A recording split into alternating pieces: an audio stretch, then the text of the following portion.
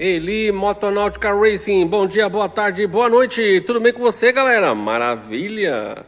RD 1999, foguetinho da NASA, da própria loja.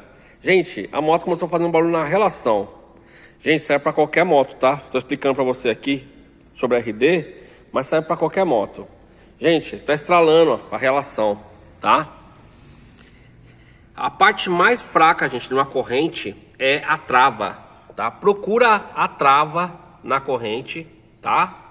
E movimenta a trava. Se você vê que a trava tá com uma folga demasiada a mais do que os outros elos, eu aconselho você cortar aquele pedaço da corrente e colocar outro pedaço. Ou simplesmente substituir a trava. Não vai dar certo, tá? Porque onde o alojamento da trava também gasta, tá bom? Esse barulho que você pegar uma subida com a sua moto e ela fica tec, aí dá uma volta tec de novo.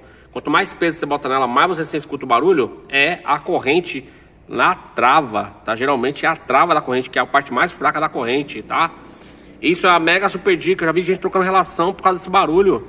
Aí fala assim, troquei relação, resolveu o problema. Mas ficaria muito mais barato você trocar a trava, ou trocar aquele pedaço de corrente, ou encurtar aquele pedaço de corrente. Às vezes tem condições de regular a corrente mais pra frente e resolver seu problema, tá? Mega super dica. Curta, compartilhe e comente. Gostou da RD? Se quiser que eu faça vídeo com ela, chama no canal que eu faço.